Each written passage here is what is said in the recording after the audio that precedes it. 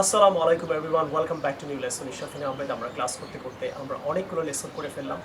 আজকে আমরা যে লেসনটা করব সেটা হলো 54 নাম্বার ক্লাস আজকে আমরা করব। আপনাদেরকে আমি প্রতিশ্রুতি দিয়েছিলাম যে আমি আপনাদের অনেকগুলো ক্লাস করাবো, আপনাদেরকে আমি ফ্রি ইংরেজি শেখাবো। আপনারা ঘরে বসেই কোনো কোচিংয়ে না গিয়ে, গাড়ি ভাড়া খরচ না করে, 8-10 হাজার টাকা স্পোকেনে 3 মাসের কোর্স ফি খরচ না করে আপনারা ঘরে বসে এই ক্লাসটা করতে পারবেন। অ্যান্ড অনেক মানুষ, 500,000 লোক আমার ক্লাসগুলো করছে। ইনশাআল্লাহ আপনারা অবশ্যই অনেক বেশি সাবস্ক্রাইব করবেন এই ইউটিউব চ্যানেলটা, কারণ I want to teach people, I want to reach people. And আপনাদের কারণেই কিন্তু আমার কারণেই কিন্তু আপনারা আমাকে পছন্দ করেন, ভালোবাসেন। এর জন্য আপনি নিজে শিখবেন, অন্যকে শিখতে সাহায্য করবেন। সবাই আজকে থেকে 10 জন ব্যক্তিকে ইউটিউব চ্যানেলটা ইনবক্স করবেন, যাতে আপনার ফ্রেন্ডরা, কলিগ, নেইবার, প্রতিবেশী, ফ্যামিলি মেম্বার কেউ এই ইউটিউব চ্যানেলের মাধ্যমে ঘরে বসে ফ্রি ইংরেজি শিখতে পারে। আসেন আছে ক্লাসটা করি। এখন আমরা 54 নম্বর ক্লাসে স্ট্রাকচার ক্লাস করব হলো 38। তো 38 নম্বর স্ট্রাকচারে চলে যান। সবার কাছে বুক 1 থেকে নাম্বার 6। তো নাম্বার 6 আপনি যেটা দেখবেন 38-এ ছাত্রছাত্রীদের দ্বারা কার্যকৃত। তাই ছাত্রছাত্রীদের দ্বারা এটা করা হয়েছে, টিচারদের দ্বারা করা হয়েছে, বাবা মার দ্বারা করা হয়েছে, স্টুডেন্টদের দ্বারা করা হয়েছে। এই ধরনের সেন্টেন্স আপনি কীভাবে বলবেন সেটা আমি ক্লিয়ার করব। তাহলে ছাত্রছাত্রীদের দ্বারা কার্যকৃত, ডান বাই দ্য স্টুডেন্টস। প্রথমেই ভার্ব 3 বলবেন, ডু না, ডিড না, ডান। তাহলে ডান বাই দ্য স্টুডেন্টস। ছাত্র ছাত্রীদের দ্বারা কার্যকৃত, তাহলে টিচারদের দ্বারা ট্রেন যারা, টিচারদের দ্বারা ট্রেন্ড, তাহলে ট্রেন্ড বাই দ্য টিচার্স। যারা টিচারদের দ্বারা ট্রেন্ড, তাদের সাথে আমি কথা বলতে চাই। তাহলে কী হবে? প্রথমে ট্রেন না, ট্রেনের ভার্ব কি ট্রেন্ড। ট্রেনের পরে আপনি কী বলবেন? একটা বাই বলবেন। তারপরে টিচারদের দ্বারা, trained by the teachers, I want to talk to them. Clear? তাইলে শাফিন্সের দ্বারা ছাত্রছাত্রী স্টুডেন্টদের সাথে, তাহলে কী হবে?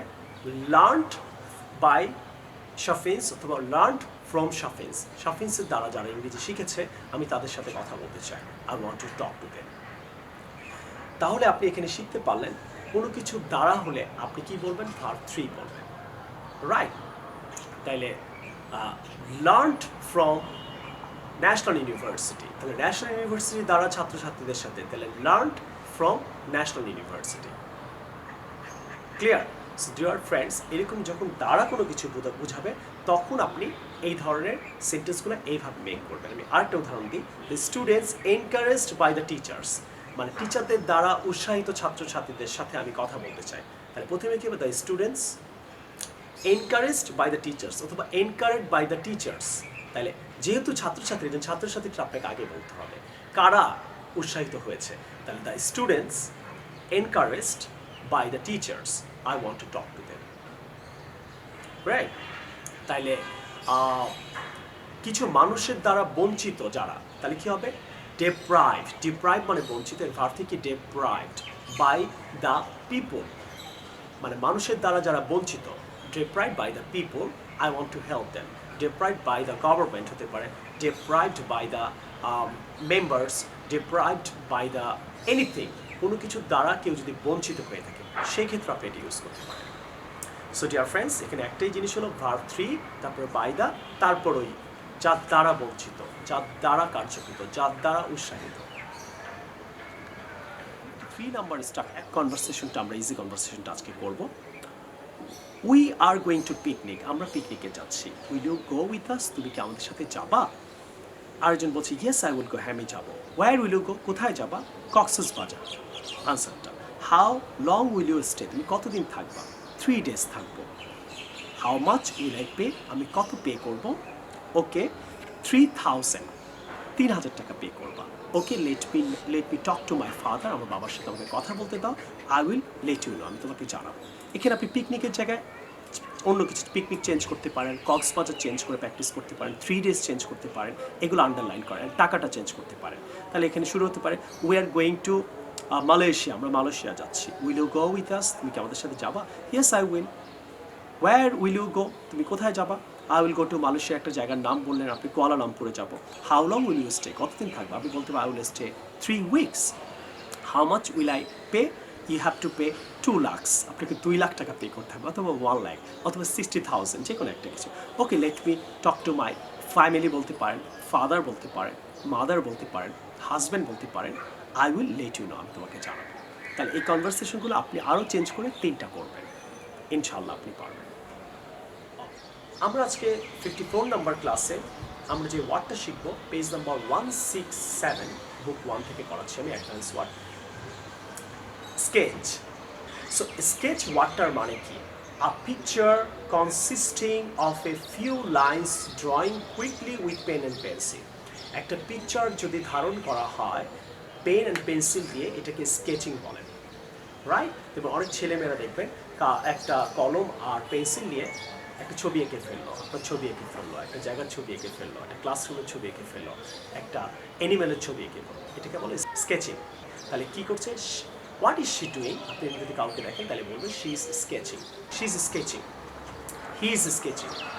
কিন্তু বি কেয়ারফুল, আপনি স্কেচ কিন্তু সব কিছুকে বলতে পারবেন, আপনাকে শিওর হতে হবে এটা কলম অ্যান্ড পেন্সিল দিয়ে ড্র করা কি না।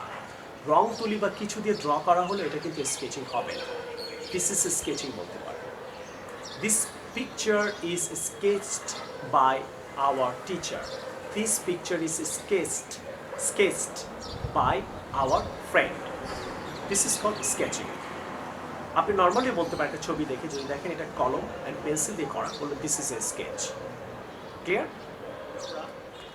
বুক 2 খুলবো সবাই, যাদের কাছে বই আছে, যারা বই নেই অবশ্যই স্ক্রিনে দেখা নাম্বারে এখনই নক করেন। পৃথিবীর নানান কান্ট্রি অনেক বাংলাদেশি এই বইটা নিচ্ছে, ডিএচএল এর মাধ্যমে নিতে পারবেন। আজকে আমরা অ্যাডভান্স সেন্টেন্সটা শিখবো 54 নম্বর ক্লাসে। মে I borrow a minute from you? আমি তোমার থেকে কি 1 মিনিট ধার করতে পারি?